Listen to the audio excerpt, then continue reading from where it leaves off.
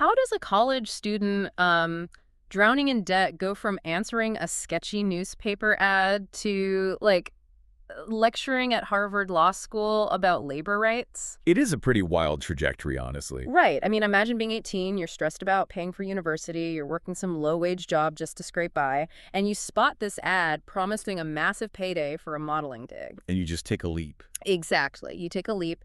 Fast forward a decade, and you are a top-tier performer and director in, well, one of the world's most controversial and heavily stigmatized industries. Yeah. And then fast forward a few more years and you're a prominent journalist. Standing at a podium in front of Ivy League law students. Dissecting the intricate realities of workplace regulations, it really defies the usual assumptions society makes about this particular line of work. It really does. So today's deep dive explores the fascinating life, the grueling career, and the ultimate reinvention of Rebecca Claire Kensington, who you might know better by her stage name, Aurora Snow. Our mission today is to explore how someone navigated a highly stigmatized field, confronted its systemic labor issues, and transformed her lived experience into a really powerful platform for advocacy. If you like what I do and want to support me, you can help out with a donation on Revolut or PayPal. And on Patreon, I have a different kind of biography and exclusive content waiting for you. All the links you need are right here in the description. Thanks so much for all the support. So to really understand the fierce advocate and the insightful journalist she eventually became, we first have to look at, the harsh economic realities that pushed a theater kid from California into the world of mature entertainment. Yeah, because it wasn't some wild rebellion. No, not at all. Yeah. It is a story rooted entirely in financial pragmatism. She was raised in fairly modest circumstances in California by a single mother. And the sources paint a picture of a remarkably hardworking kid. I mean, she was working as a pizza shop cashier at age 13. 13. That's incredibly young to be working. Right. And by the time she was 12, she was heavily involved in regional theater, putting in all those long hours of rehearsal. She even graduated high school early at 16. Yeah, she enrolled at UC Irvine as a drama major and then later switched to business. But then the crushing reality of college tuition hit her. Yeah, the financial burden was mounting rapidly, and she saw an ad in the newspaper for mature modeling. And it promised $2,000 a day. Which is huge. When you're a college student struggling to make ends meet, calculating how many hours you have to work at a minimum wage job just to buy textbooks. Oh, that number is completely life-changing. Exactly. But there is this incredible anecdote about her very first day that shows just how unprepared she was for the reality of that decision. Oh, the stage name story. Yes. She goes to meet with a well-known agent of the era, Jim South, and they ask her for a stage name right on the spot. She had no idea she even needed one. None. So, in a total panic, she chooses Aurora because her favorite Disney movie was Sleeping Beauty. Which is just so wholesome for the context. Right. And later, an industry editor looked at her and said she looked so pale, fresh, and innocent that she needed a last name and suggested Snow. So literally overnight, Rebecca Kensington, this book-smart college student, becomes Aurora Snow. A brand in a highly scrutinized industry. Yeah. And the contrast between her self-perception and the environment she was entering is profound. I mean, she describes herself as shy. She hadn't had extensive life experience. And suddenly she's thrust into this highly visible, really demanding world where every physical action is commodified. Exactly. But the crazy thing is, she originally intended to do this for just 1 year. Just long enough to pay off her student debt. Right, and get back to a normal life. So why did that 1-year plan turn into a 10-year career? Well, it comes down to a classic economic concept, golden handcuffs. Ah, right. Because the money is too good to walk away from. Exactly. The immense financial rewards are obvious, but it's the combination of that income with the sheer momentum of the industry that makes it incredibly difficult to leave. Because your whole lifestyle adapts. Right. When you are making thousands of dollars a day, stepping away means a drastic reduction in your standard of living. Furthermore, the specialized skills you acquire in that specific field, they don't easily translate to a mainstream resume. No, especially considering the intense social stigma attached to the work. You can't exactly, list those production credits on a LinkedIn profile when you're applying for an entry-level corporate marketing job. Exactly. The stigma isolates you.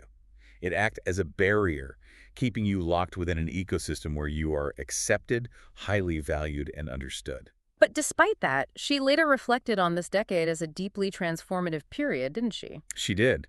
Navigating this complex, heavily stigmatized business forced her to evolve.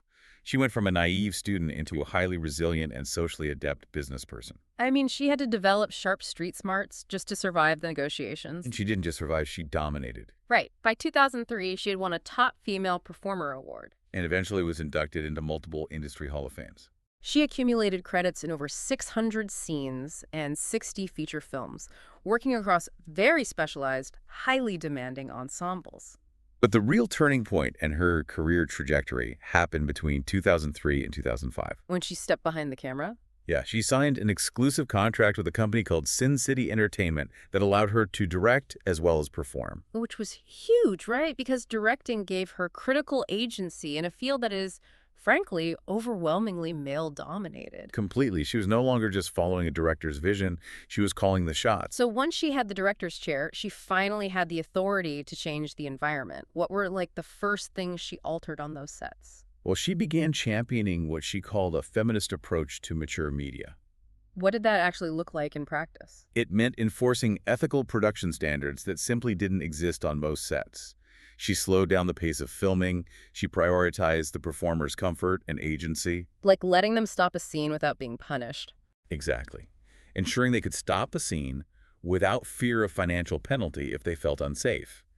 And on camera, she focused on subverting traditional gender stereotypes. Changing the narrative. Yeah, she changed the framing to emphasize mutual participation rather than one-sided dominance. Seeing what ethical production could look like when she was in charge must have really highlighted just how flawed the standard operating procedures were everywhere else. Oh, absolutely. It planted the seeds for her later critiques. She saw the structural mechanics of the workplace from the top down and realized she had the authority to demand better conditions. Not just for herself, but for the performer she hired. Right, which moves us into the harsh physical realities she observed and how she leveraged her insider knowledge to fight back. Because despite the massive paychecks, the actual labor conditions were grueling. Very. She later wrote extensively about the physical toll of filming. Because these are intense physical performances. Yeah, resulting in severe muscle fatigue, joint stress, and constant abrasions.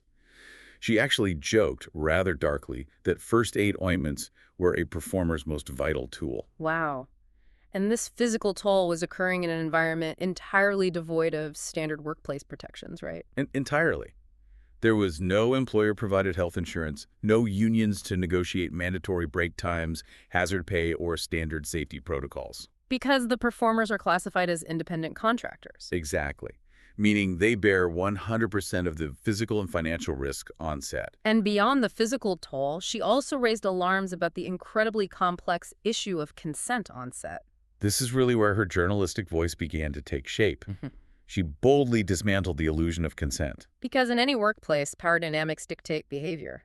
But in a field involving highly intimate physical acts, those dynamics are magnified exponentially. Right. She argued that the heavy, multi-page paperwork performers signed before a scene function primarily to protect the producers from liability. Rather than genuinely safeguarding the performers. Exactly. It's like signing a waiver to go skydiving, fully consenting to the jump, only for the instructor to suddenly change the landing zone mid-air to a concrete parking lot. That's a great analogy. The company points to the waiver to say you consented to jump, completely ignoring that the conditions of the jump changed dangerously without your approval. And she shared a harrowing incident about this exact thing. She had negotiated strict boundaries for a scene with a trusted co-performer, but mid-shoot, the director brought in unauthorized extras. Wait, who are the extras? Essentially fans who had been drinking on set. Oh, wow. That is terrifying. Yeah, and they completely crossed the agreed-upon boundaries, ignoring her pleas to stop. But because of the paperwork. Right, the paperwork said she consented to the scene, providing the producers with legal cover, even when the reality on the set veered directly into exploitation and coercion. It really highlights how fragile consent becomes when peer pressure, producer power, and thousands of dollars are on the line. Exactly. And to combat this, she became a fierce advocate for mandatory barrier protections, like condoms on set and regular state-enforced health testing. She heavily supported legislative efforts in California, specifically this piece of legislation known as Measure B. Yes, Measure B was a massive regulatory shift. For years, the industry had just operated on a voluntary, self-managed system where performers tested biweekly at specific clinics. But Measure B sought to change that. Right, by legally mandating the use of barrier protections in all films produced in Los Angeles County. Effectively replacing industry self-regulation with government enforcement. Furthermore, she used her platform to expose systemic racial discrimination in casting. Pointing out the economic penalties performers faced, right? Yeah, agents would actively discourage talent from working in diverse ensembles, claiming it would permanently hurt their marketability and lower their asking price. So she was really pulling back the curtain on the entire economic and social structure of the field. She was. But wait, if she was trying to get them safer conditions and fairer casting, why on earth were her own peers fighting against her so fiercely? Well, it is a classic dilemma in labor regulation.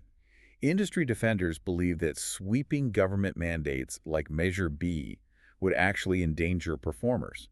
How so? Their argument was that enforcing strict rules would simply push productions out of the state or, worse, into unregulated underground markets. Where conditions would be infinitely more dangerous. Exactly. To them, state intervention meant destroying the regulated ecosystem they had built. Oh, I see. They argued the existing voluntary testing protocols were highly effective, and that government intervention was basically a moral crusade disguised as worker safety. Some critics even accused her of inflating injury statistics to fit a reformist narrative, didn't they? Yes, they did. And what you see here is the fundamental tension between individual worker autonomy, the right of an independent contractor to choose their own risks, and the push for standardized regulatory mandates meant to protect the collective workforce. You see that exact same labor argument in coal mining regulations or, in the gig economy, with rideshare apps fighting against employee classification. Completely. But eventually, the intense industry pushback, the exhausting nature of the work, and a massive shift in her personal life triggered a completely new chapter. The catalyst for her reinvention was a sudden family tragedy, right? Yeah. Her brother suffered a terrible motorcycle accident that left him a quadriplegic. Oh, that's awful. It was. Aurora stepped in to help care for her nephews during the crisis. And that experience of intense caregiving fundamentally shifted her priorities. It made her realize she wanted to be a mother herself. Yes. And she recognized that the lifestyle of a performer in that specific industry simply wasn't compatible with the family life she envisioned. So in 2011, she officially retired. She moved out to the Midwest, drastically changing her geography to distance herself from the production hubs in California. And in 2013, she had her son, Quentin. And I just love the details the sources provide about her life post-retirement, because they show someone finally experiencing the freedom she lacked for a decade. I mean, she's living in the Midwest with a 17-pound ragdoll cat named Pikachu. Oh, yeah. And apparently it acts exactly like a dog. Running to the door to greet people and playing fetch. It is such a stark contrast to the high-stakes, tightly controlled, heavily scrutinized environment she used to work in. She even took a backpacking trip through Ireland, having never backpacked before. And while visiting England, she and her friends snuck around the roped-off VIP sections of Leeds Castle after hours just to see what was there. That's hilarious. Yeah. It really paints a picture of someone who reclaimed her autonomy and built a full, rich life after navigating a world that often consumes and discards people. Yeah. And it was the birth of her son that prompted her to write that viral article for the Daily Beast. Right, titled, A Letter to Her Unborn Son. In that letter, she explained her past choices with remarkable candor.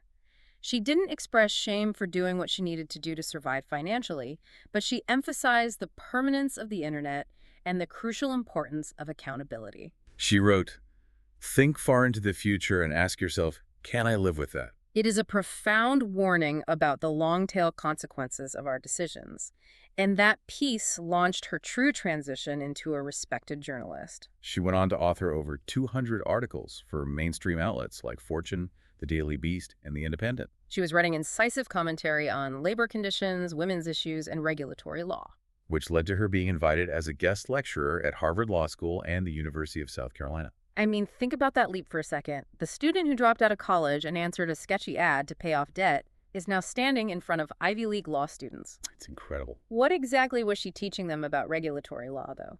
She was teaching them that theoretical contract law falls apart when power dynamics are profoundly asymmetric. Because law students study contracts in a vacuum, right? Assuming two parties have equal negotiating power. Exactly. But she brought the empirical, on-the-ground reality to those academic halls.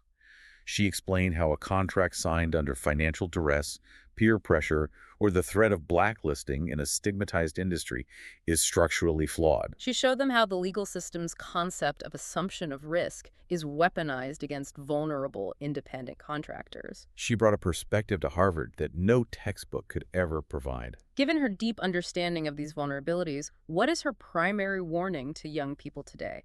Because the industry has completely changed from the studio system she worked in. Now we see the massive rise of independent, webcam-based subscription platforms where anyone can set up a camera in their bedroom and monetize their content directly. Her warning is really urgent, actually, and it focuses on the illusion of digital independence. Right. She argues that just because someone is filming from the supposed safety of their own bedroom, cutting out the traditional studio director, it does not mean they are safe from exploitation. Because the medium changed, but the economic desperation and human vulnerabilities remain exactly the same. Precisely. She warns about predatory managers operating in the shadows of these new platforms. Young creators might sign with an agency that promises to handle their marketing or boost their algorithm presence. But those managers often end up functioning as exploitative handlers. Exactly, demanding unreasonable output, manipulating finances, and coercing the creator into making increasingly extreme content to maintain subscriber counts. So the technology is new, but the power dynamics, the coercion, the financial manipulation are very old. She is warning creators not to let the slick interface of an app blind them to the very real dangers of unregulated labor. Taking a step back to look at this entire journey, we started with a financially strapped 18-year-old student just trying to pay off loans. Yeah. Through sheer resilience, she became a powerhouse director who tried to reform a highly controversial field from the inside. And when the cost became too high, she walked away from the golden handcuffs to reinvent herself. As a fierce advocate for workplace safety, a devoted mother, and a respected journalist shaping the minds of future lawyers. The core lesson here, the relevance to you listening, regardless of your profession, is about the true nature of empowerment. True empowerment does not come from pretending your past didn't happen or hiding from the things you did to survive. It comes from taking absolute control of your narrative. It is about acknowledging your past without shame, learning from the brutal realities you faced, and then using that specialized knowledge to fight for better conditions in whatever room you find yourself in. She didn't run from her history. She weaponized it to protect others. Which leaves us with a final, somewhat uncomfortable thought to mull over. Society has a very long, hypocritical history of eagerly consuming highly stigmatized media in private, while simultaneously, in public, denying the creators of that media basic human respect and standard labor rights. Yeah. If we as a society refuse to protect workers, if we deny them safety, fair contracts, and dignity simply because we find their profession morally objectionable or controversial, well, what does that say about the true nature of our own morality? It forces us to ask whether our labor laws are genuinely based on protecting human beings from exploitation, or if they are simply tools used to punish those who operate outside of conventional social norms. Next time you hear a debate about workplace regulations or independent contractor laws, remember the 18-year-old answering an ad to pay off student loans. The landscape of labor is often murky, stigmatized, and incredibly complex. But just because the waters are muddy doesn't mean the people swimming in them don't deserve a lifeline.